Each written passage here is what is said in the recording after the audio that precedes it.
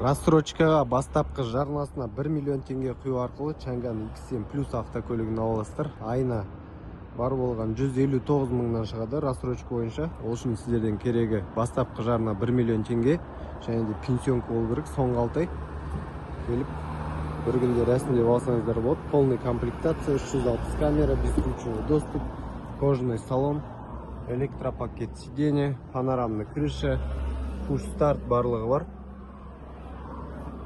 Дәл осы автокөлікті рассрочкаға 1 миллион теңге құю арқылы алсаңыздар болады.